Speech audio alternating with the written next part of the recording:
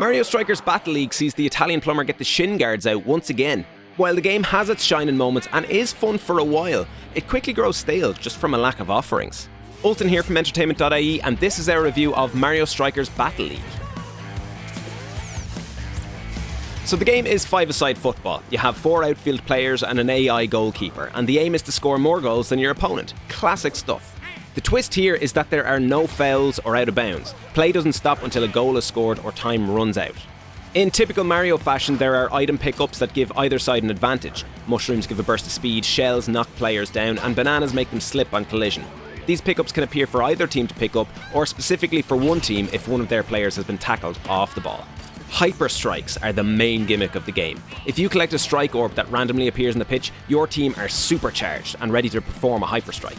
If you manage to charge it without interruption and hit the indicators at the right time, you pull off the ostentatious yet incredibly satisfying manoeuvre. The opposing team's goalie has a chance to try and block this unless you time the indicators perfectly, in which case it's an automatic goal. And these are worth 2 goals apiece, so they can be the perfect way to turn the tide of a match. These hyper strikes can be a fun part of Mario Strikers Battle League. Each character has their own unique animation.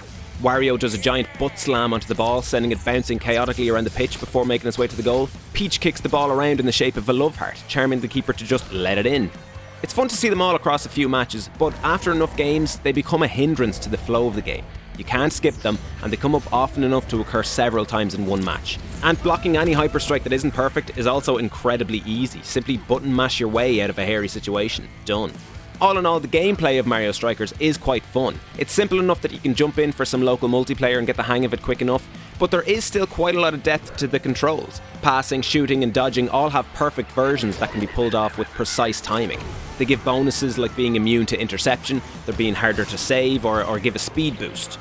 They can be tough to master, but the gameplay is so much more rewarding when you get the hang of it.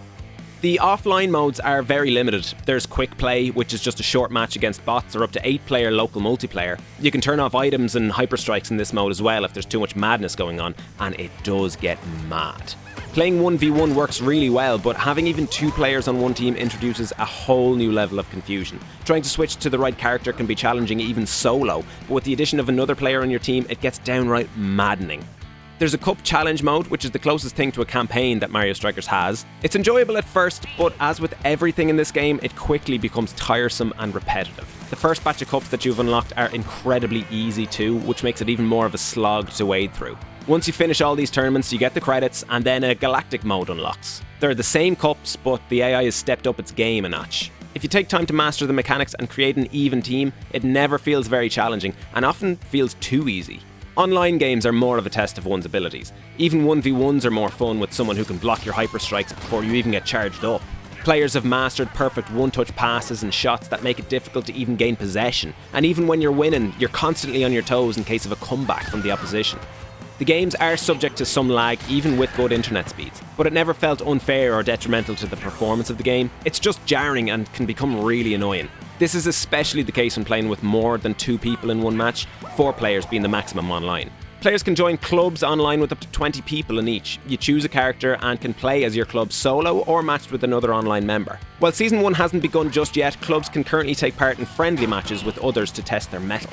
When the first weekly season kicks off, clubs will play for the top spot, earning its players in-game prizes. While these online features add more to the game's value, they are still more of the same, and they become stale as quickly as the offline offerings.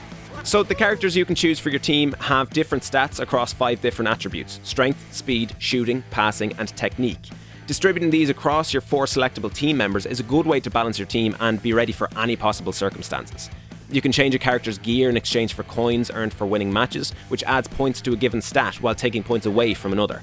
Doubling down on a character's strong traits can make them the MVP of your team. It feels amazing when you've maxed out a stat and can tackle anyone with ease or bend it like Beckham into the goal from the halfway line. But the roster of characters is incredibly sparse and disappointing. With only 10 to choose from, you quickly run out of variety and you'll often see 2 of the same character on field at one time. Fan favourites like Daisy, Bowser Jr. and Diddy Kong are all absent, and it feels really half-baked. More characters are to be added by free DLC, but it's still no excuse for a lack of content at release. The 5 maps available are equally disappointing, providing little or no difference from each other during gameplay. It's really hard to tell the difference between one and the other. These omissions paired with a single game mode make the game lose its flavours very quickly. For the full asking price at launch, $59.99 here in Ireland, it's an overpriced party game. Wait for one of the, albeit rare, Nintendo first-party sales, or at least until more content is added to beef the game up. Mario Strikers Battle League is at its best when you have a few friends over and want to just have a laugh for about an hour, but don't expect it to have the same longevity as Mario Kart, which you'll probably boot up instead before long.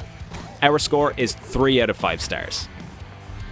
Thanks for watching. Leave a like if you enjoyed the video and let us know in the comments if you've played the game yourself and what you thought of it. Be sure to subscribe and follow us on socials for more videos like these, and for more gaming news and reviews, head to entertainment.ie/gaming.